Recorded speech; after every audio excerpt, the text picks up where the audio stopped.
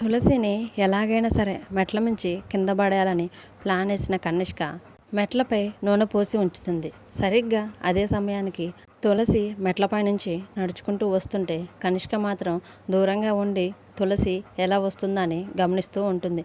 కరెక్ట్గా నూనె పోసిన మెట్ల దగ్గరికి వచ్చేసరికి తులసి కాలు పెట్టబోతుంటే పైనుంచి ఖుషి అమ్మ అని పిలుస్తుంది. వెంటనే తులసి వెనక్కి తిరిగి ఖుషి వైపు వెళ్ళి ఏంటమ్మా పిలిచావని ఖుషితో మాట్లాడుతూ ఉంటుంది.